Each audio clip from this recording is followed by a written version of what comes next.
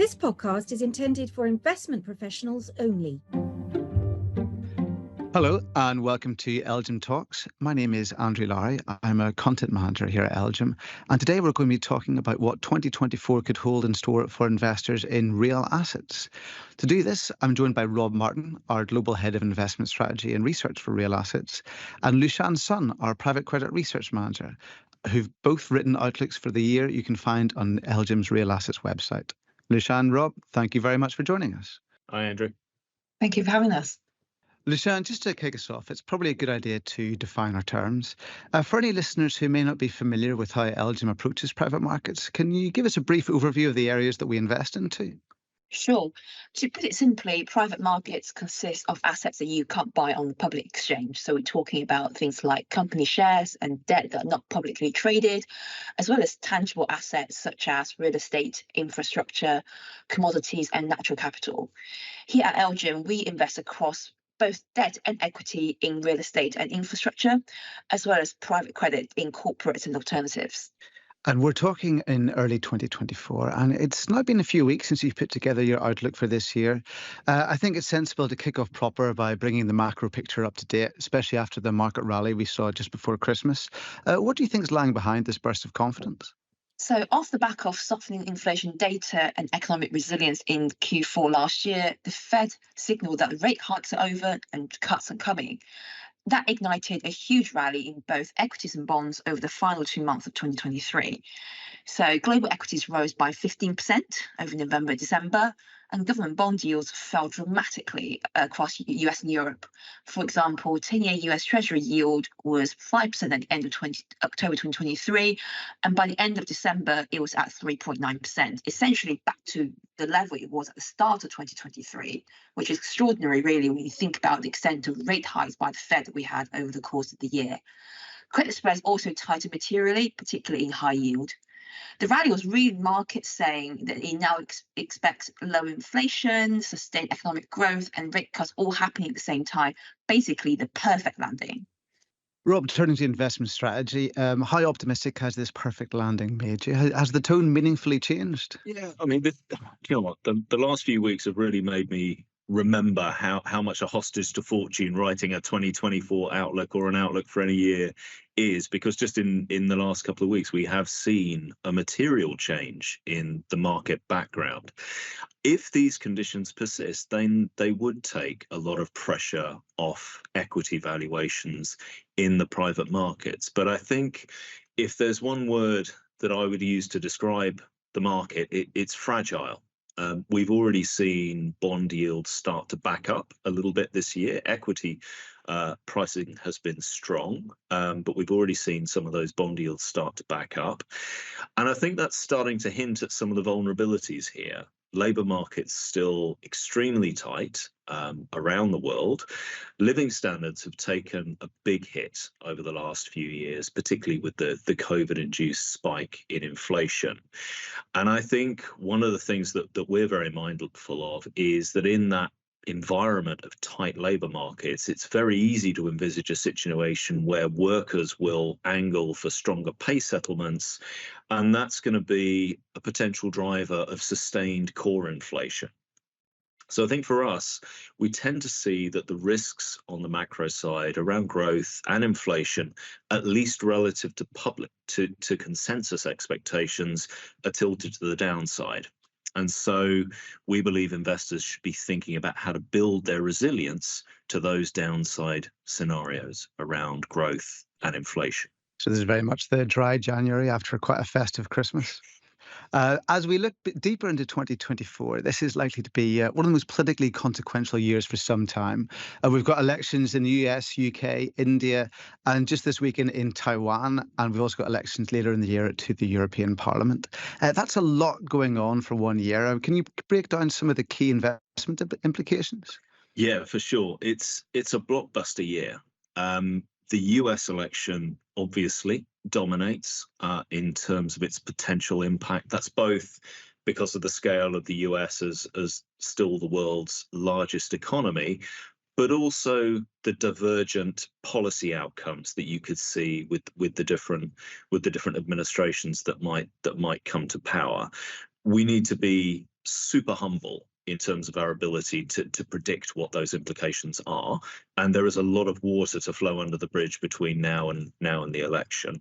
But I think it is safe to say that there are big implications for US domestic policy, but also for international affairs. But it's not the only game in town. You mentioned Taiwan. The Indian electorate will go to the polls in April and May. One to watch, which I would say is not as much on many people's radar, are the European Parliament elections in June. And I think what is significant about that is that could illustrate the direction of travel in terms of support for populist parties and policies in Europe. I think that's going to be quite an important barometer of the direction of travel in terms of decoupling, deglobalization. And it's also worth saying these things definitely split into two phases. There is the anticipation of the election, and then there's the actual result and what the implications are. And I think if there's one thing that's become truer in recent years, with some big surprises in terms of election outcome, is that elections themselves, I feel, are bigger market events than they were historically. Lushan, if we can turn to you, another major narrative in recent months has been challenges in the banking sector and tightening in lending conditions. What impact can you see this having on private markets in 2024? So last time we had significant bank retrenchment was after the global financial crisis in 2008, 2009. The GFC led to the introduction of new financial reforms that resulted in an increase in capital requirements for banks and made banks also more sensitive to market shocks. As the global economy recovered after the GFC, the supply of bank credit rebounded. But the recovery was not even across all parts of the market. So in some parts of the market, banks have been very aggressive in supplying more credit in recent years. We very much see that in renewable energy, lending to high quality corporates or core real estate. In some other areas which are more capital intensive or less profitable, the retrenchment actually continued. So for example, securitized credit or lending to smaller companies. And this is, where non-bank lenders have really stepped in over the last few years. So what happened in 2023? Well, lending conditions reached the tightest level since the GFC, bar a brief period during the pandemic. This led to borrowers diversifying their sources of funding and tapping into the private credit market. We actually saw some new borrowers come to the market that we don't usually haven't seen before, and they included some very large investment grade names that would typically have gone to either banks or the corporate bond market. So as a private credit investor, it was a very positive year for us from deal flow and diversification perspective. We were able to invest in some really good high quality names that normally we wouldn't have seen.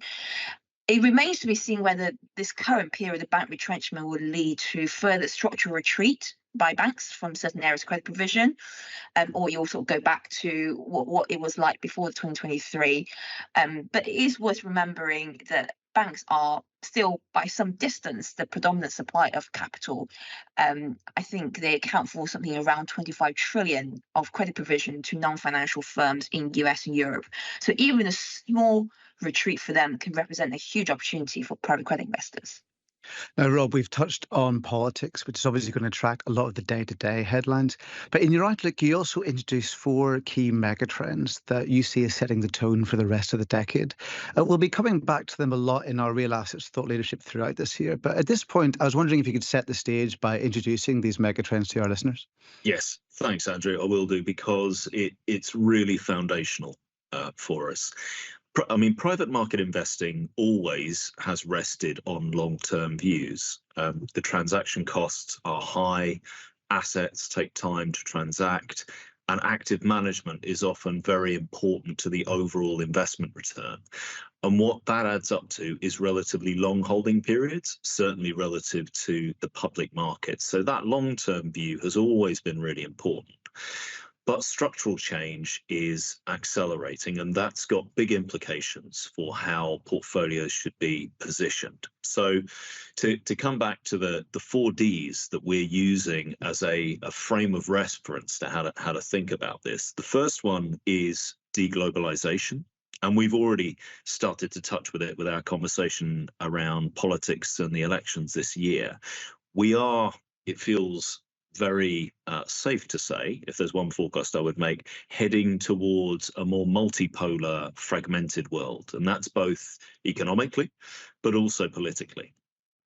And that's one aspect of that is driving weaker growth in world trade, but it's also leading to a whole range of shifts in supply chains. We've talked a lot about reshoring in recent years, friendshoring, making supply chains more resilient. And that's got huge implications for private markets and the kind of assets that we support and invest into. If I give you one example of that, we've seen a number of transactions and supported a number of transactions which are very much about creating new manufacturing facilities in the US.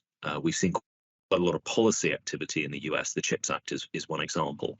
So that, I think, is a trend that we're going to see more of. And that will definitely start to create some opportunities, both on the equity side, but also in our private credit portfolio. The second trend is digitalization. AI has been very much the kind of the buzzword of this year. I think it was word of the year, voted by something I saw on LinkedIn the other day.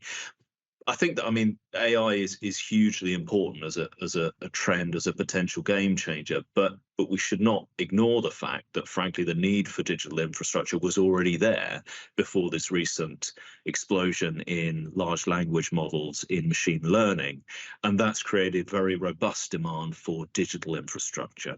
So fiber networks, data centers, 5G and Wi-Fi, and there is a whole range of still asset creation to happen around that. There is a flip side to that, which we're very thoughtful about, which is the way that these kinds of technologies could reshape various sectors of the economy. In the UK, we've seen a complete, upside down change in the way retailing works. And there are certainly some thoughts that we've had. I don't think it's just dramatic for the office sector, but there is no doubt that AI will be very important in terms of how business services companies operate, which will have implications for demand for offices. And it's likely to drive divergent prospects for legacy office portfolios. So that's really important as well. The third D is demographics. We do use this as a little bit of a catch-all, if I'm honest. Obviously, demographics is most obviously about life and living, but for us, it's also about the essential services that underpin society. Residential property is one of the things that we as a business think about a great deal. It's obviously also about healthcare. That could be from pharmaceuticals through to doctors' surgeries and hospitals. So that's a very broad-based theme. We have, for a number of years, had a very strong belief that there was a greater role for residential property in institutional portfolios, and we've set about reshaping a number of our portfolios to lean into that trend. We think that's still got a lot further to go, even though it started to expand here in the UK, but also in other countries within Europe. But there's still a lot of potential for that to grow. And that's both in the private sector build to rent space, but also in affordable housing. And longer term, we do see a lot of potential around senior housing as well. Senior housing already exists as an asset class, but certainly in Europe, it's generally been on a for sale basis. We think that there is a really interesting opportunity about rented senior housing in the longer term, which is something that we're keen to lean into. And then the last D, although by some measure it could be viewed as being the biggest, is decarbonisation. I won't reiterate all of the underlying drivers there. What I would say is that I do sense almost a degree of fatigue sometimes with the idea, yes, decarbonisation, we've talked about it before, let's move on. Well, no, the scale of capital that is still required, the scale of asset creation that is still required to move us towards net zero, to move us towards clean everything, clean transport, clean energy is still very large indeed. So there's a lot of need for renewable energy assets, generation assets, but also the ability to distribute all of that electricity and to store it. This is one of the big issues with renewable energy, is it is often intermittent. The sun doesn't always shine, the wind doesn't always blow, and so we need a way of storing this energy. And in particular, one of the aspects that we're looking at right now is grid-scale battery storage. We're working closely with our investment teams at a number of opportunities there, and I think that's going to be a growing part of our infrastructure investment portfolio. And I'd also talk about the wider field of decarbonisation, which is about energy efficiency, reducing the demand for energy. And certainly in our real estate portfolio, for a number of years, we have been looking at ways of decarbonising buildings. So that's reducing the demand for energy, but also moving away from gas and towards electricity. That's a very capex intensive process and is one that is still ongoing. But it's a really important theme, and that's an important part of how decarbonisation plays into buildings as well. And one thing I'll touch on, just as a way of sort of wrapping this together. I mean, these are very high level themes, very long term themes, but they've also got practical day-to-day implications as well. And in investment committees now, when we're talking about private credit transactions, when we're looking at our real estate investments, we're using the 4Ds as a frame of reference for thinking about whether there is a particular opportunity or a risk associated with this specific asset if you hold that lens against it. So it's not just for the long term, it's for the day-to-day. Thanks, Rob. That's a very succinct overview of a generation of change in the global economy. Lushan, these megatrends obviously represent huge shifts in how the global economy and many societies are structured, and many of them will require a huge amount of capital. You got to spend money to make money. Where do we see this capital is coming from? You're absolutely right, Andrew. And as Rob points out earlier, the amount of capital we're talking about in order to transition ourselves to a low carbon, digitally connected society, huge numbers. Just to give you a flavour, in order to achieve net zero by 2050, it's been estimated that our annual spending in clean energy transition needs to go up from about $1.5 trillion today to nearly $5 trillion by 2030. That's more than tripling over the course of the next few years. You asked where the capital is going to come from. It will have to come from the private sector. Given the magnitude we're talking about, it is impossible for governments to meet the spending requirements. Although there is a lot that governments can do to create the right policies and the right environments, for example, the Inflation Reduction Act in the US, which has already done a huge amount in terms of bolstering investments in that sector. Both debt and equity will play a key role, with private market investors taking the lead ahead of public market. Private equity will be critical for early stage technology and getting them off the ground. But when sectors have matured in terms of technology, cash flow profile, and regulatory support, that's when debt capital could potentially be more involved.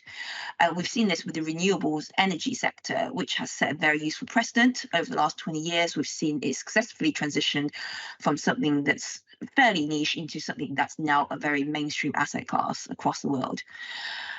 For investors, we think this is a really exciting time. It represents opportunities across the entire capital stack and across the risk-return spectrum, which means there's a lot of flexibility for them to tailor their portfolio and cherry-pick either the right opportunities depending on their investment objectives and their risk tolerance, etc.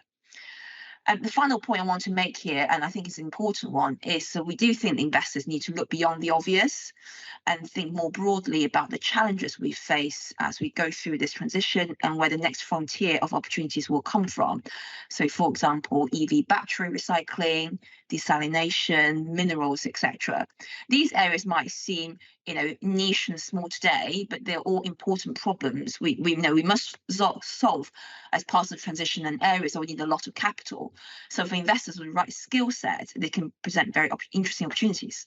Thanks very much, Lushan. Rob, the $1 million question. We're talking about some pretty grand narratives and pretty grand transitions, and it's all extremely high level. On the ground level, how can investors go about translating these narratives into portfolio strategies? Yeah, thanks, Andrew. I mean, as you say, we talk long term, but the day to day is always going to be top of mind as well. Let me start with where we see things from a credit perspective. Public bond yields are down, but they remain relatively high in a historic context. And so whilst some of the tactical opportunity around private credit might have come out of the market a little bit, we do still think there is a strong case for allocating to private credit.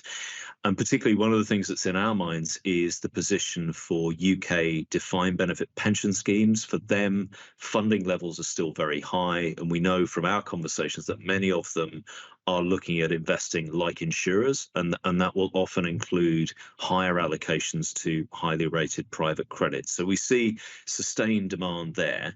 And probably the big switch in relative pricing over the last 2 months or so has been more on the equity side. And we do see the relative value position for real estate and infrastructure as having improved. And one of the things that will mean is that a lot of investors will be looking at their allocations at the end of 2023, and to some extent, some of the denominator effects that we saw weighing on allocations last year may actually start to encourage more investors to look again at the private markets in 2024. So there's some view that we might see a change of sentiment there. That said, and going back to some of the things we talked about a couple of minutes ago, the risks on growth and inflation are still tilted to the downside. And so we are generally minded to tilt to more defensive assets. What does that mean? Well, in real estate, we do continue to see a big role for residential property, for industrial property, but also for long income property, which we see as both delivering very resilient income, but also having good connectivity to inflation. On the infrastructure side, it is very much about clean everything, as well as the expansion in digital infrastructure. And on private credit, it is very much about resilient business models and businesses which are financed conservatively. This is still a tricky time to be carrying a lot of debt. And we think that that's, even though rates may start to tail off next year, we think that's still a big differentiator in terms of credit quality. So it's a good news story in many respects, but equally one that needs to be tempered with some caution and a tilt towards resilience against downside scenarios. Lushan, Rob, that's a lot of ground covered in a very brief amount of time. Thank you very much. Thanks, Andrew. Thank you. As a reminder, this podcast is intended for investment professionals only and shouldn't be shared with a non-professional audience.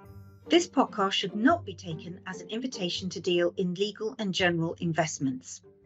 Any views expressed during this recording belong to the individuals and are based on market conditions at the time of the recording and do not reflect the views of legal and general investment management.